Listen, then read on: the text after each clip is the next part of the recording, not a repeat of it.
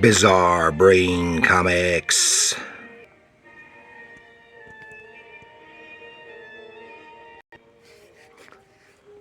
Hello, my comic book friends, and welcome to Bizarre Brain Comics.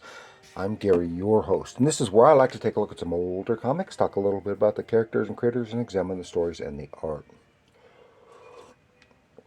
And this time we want to take a look at issue 1, the first issue of a 12-issue maxi series, Jemm, Son of Saturn. This was written by Greg Potter with pencils by Colan and inks by Klaus Janson. This is from DC Comics, 1984. That's a long time ago now. So, yeah, it has some great Gene Colan art. Of course, the best Gene Colan art is the uninked stuff. He did some marvelous stuff later in the 80s, and they just didn't bother to ink it because it looked so much better. And I would think his pencils were, just because of his style, I would think that his pencils would be difficult to ink because, in my opinion, all the inkers work, no matter how good they are, is just detrimental to the quality of Gene Colan's pencils. That's in my personal opinion. Okay, for those who don't know, Jemm is a fictional alien superhero character published by DC Comics, and he is an occasional ally of the Martian Manhunter. That's why I've got John Jones right there, and possessed of similar powers, but not the same. From what I understand, I guess he doesn't have the shape-shifting powers. He's created by Greg Potter and Gene Colan, and he is the Saturnian race was a genetically engineered, or genetically altered, I should say, offshoot of the Green Martian race. And Jemm was a prince of the Saturnians, and he flees to the Earth after a white Martian coup, and he is in search of his lover, Syrah.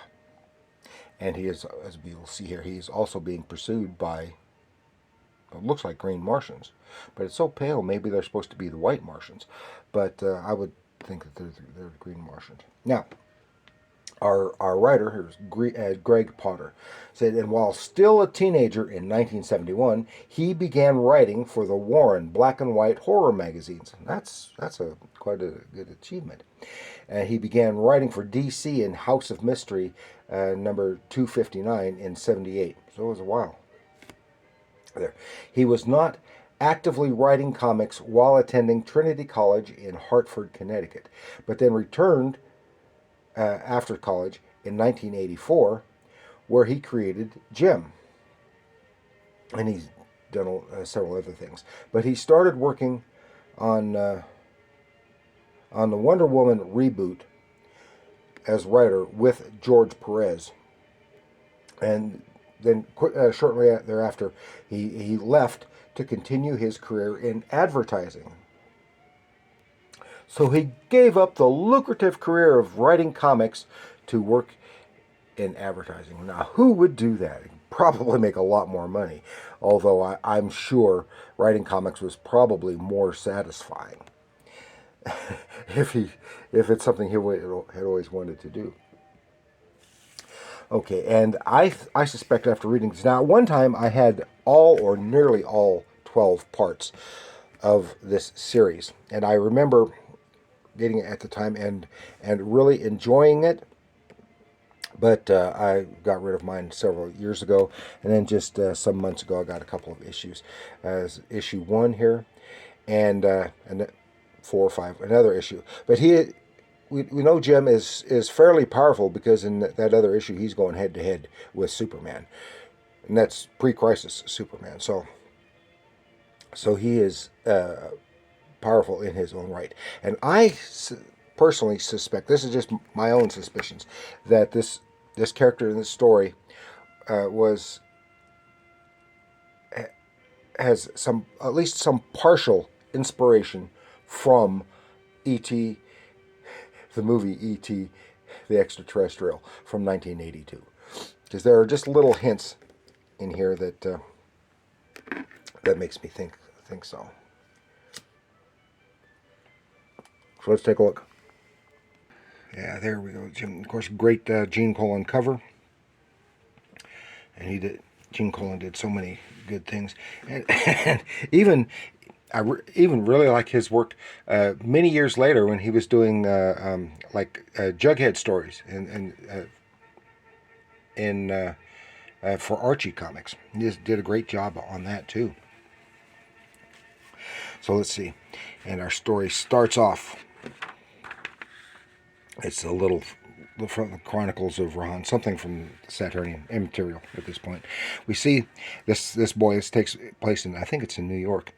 Yeah, in Harlem, back streets in Harlem. In this alley, there's this little boy. I guess he's what I'd guess 11 or 12 years old, and he's got a toy zap gun, and he's playing like he's hunting down alien monsters, zap zap zap, until suddenly there's a shadow across him. Oh, and he drops his gun, and there right in front of him is an honest to goodness alien. It is the Arrival, Book 1 in the saga of Jemm, son of Saturn. The boy turns around and yells, "Grandpa!" And he runs off, but this red hand reaches out and grabs him. Oh no! Is he being abducted by aliens? Ah! And then the face comes face to face, and then this beam from this gemstone in his forehead comes down. Now you notice here, of course, Gene Colan, he drew him so that he's humanoid, but he looks a little different. You know, his limbs are a little bit elongated, especially his hands and fingers. A little bit elongated. Of course, he's got the beetling brow. He looks very much like the Green Martians, like Martian Manhunter, which makes sense. Now, from what I understand, when I first started writing this storyline, Jemm was intended to be a cousin to John Jones, and at this point in time, John Jones had been a very infrequent character, but they were, from what I understand, they wanted to change that because he was coming back to the JLA, and didn't want any problems with continuity involving that. So he kind of zaps this boy. I guess it calms himself. Then our scene changes to there's this to the boy's name is Luther Mankin, and this is his brother Lincoln Mankin. He's on his way home from work, and suddenly a hand reaches out, grabs him, tosses him around, and got a knife to his throat. And this is Reginald. He is a gangster type, and I guess Lincoln had done some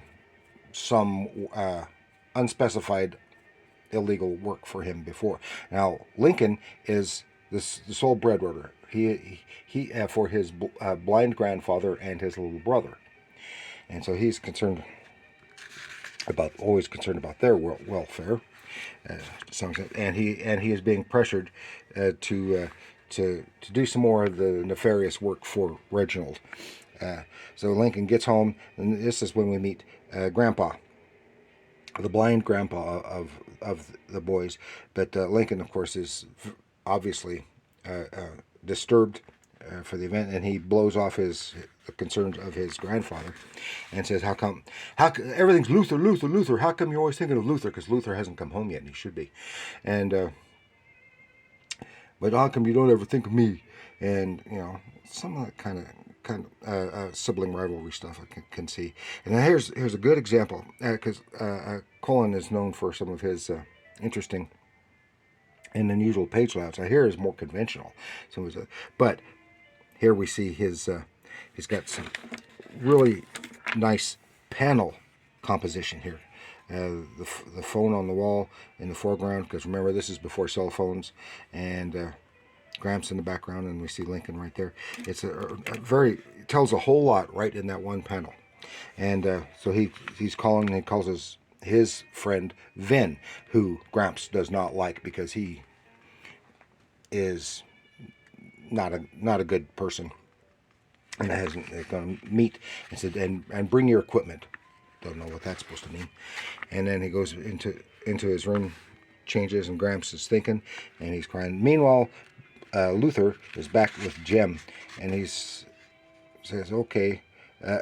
He's not so frightened anymore. Said, "Are you going to come home with me?" He turns to go.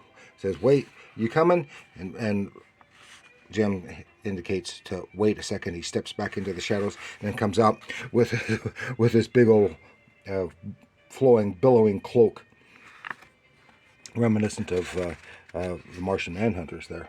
And then our scene changes to someplace in New Jersey, and there are some scientists from NASA, a CIA agent, and some soldiers investigate. There is an alien spaceship that has landed here. They're checking this out. And presumably this is Jemm's ship, especially when we see here has some images and the one scientist, what's his name? That doesn't matter. He's in love with his fellow scientist Deidre, and the soldiers are outside cracking some jokes and stuff, being like soldiers. When suddenly, this is our first hint of these big guys here. They look like green Martians, and suddenly inside the ship, everything is a lot of noise and things being knocked around and stuff. Then those Martian types enter in, and everyone's knocked on either dead or unconscious. We don't know which. Then we're back with Luther and Jemm, bringing Jemm home. Luther introduces him to his grandfather, who can't see that he's an alien, and Luther doesn't tell him he's an alien, and but he says he can't speak or doesn't speak, and they try to find. This is when he introduces him. My name is Luther. This is Gramps. Then he says Jemm, indicating himself as Jemm, and then our scientist wakes up, finds out that his lady scientist Deidre is dead in there, and he swears, "You never got to see your aliens, did you? Did you, hun? Don't worry, I'll find them. I'll find every last one of them." Ooh, so it's foreshadowing some later conflict. That's the end of them in this issue, but that stuff pops up later. Then Jemm and Link are with Gramps around the table and says, Luther, Lincoln's coming home. Oh, let's surprise him. Let's go into our rooms and we'll surprise him. But Lincoln brought home Vin. And now they start arguing. Said, "Lay off, old man." And says, I don't think this is a good time to show you, to surprise you on Lincoln.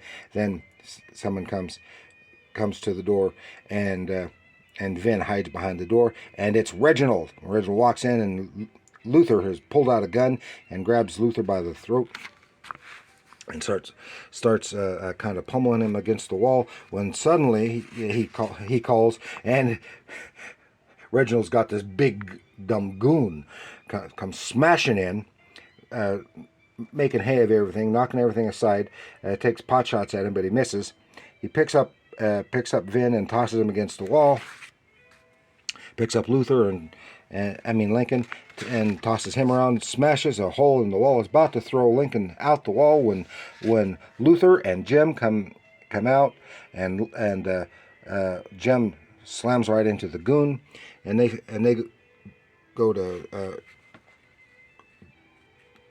go down with each other. So slam, slam, slam, and Lincoln takes off, and Jemm uses his beam to lay the goon low just stuns him for a moment. Reginald grabs Luther and takes off.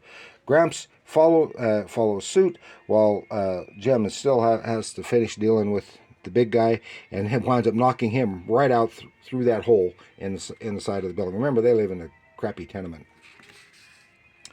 Then Jemm comes flying out of the hole, hovers as Reginald has a knife threatening Luther. And this is the first time Jemm says his name, Luther. But Gramps gets up there, and he slams into Reginald. Gramps, all three of them go over the side. Well, Jemm quickly zooms down, saves Luther, but Gramps and Reginald both plummet to their deaths. But Luther is saved, and it's a touching bit here when as Luther comes around and sees Jemm. Then he realizes Gramps is dead. No, and he blames Jemm. No, you didn't save him. But he realizes, and he says now all he's got is Jemm, and Jemm embraces him, fatherly, and then they walk on down the street carrying the body of Gramps. Meanwhile, see around the corner there are these green Martians. It says Unit RT 36258 reports sighting of Saturnian life forms requested. Pre-attack backup units. Ooh, what happens next? Claudius Toll. Ooh, what's going to happen? What's going to happen? I don't remember. It's been so long since I've read it. But I do remember really enjoying this series. I don't remember what happens next, and I wonder, does anyone out there know, has this ever been published in a collection, ever been reprinted or anything like that, or what? I don't know. I know he pops up several times later in the with John Jones and other things late in later years, but I don't know too much of the backstory or this particular saga. But I do remember enjoying it. So that's all I had to share with you this time. I want to thank you for joining me. Please like, share, subscribe. Leave your comments down below. Do you remember Jemm, Son of Saturn? Have you read it? And what did you think of it? And all that other good stuff. So please leave your comments down below. And remember, comics are art.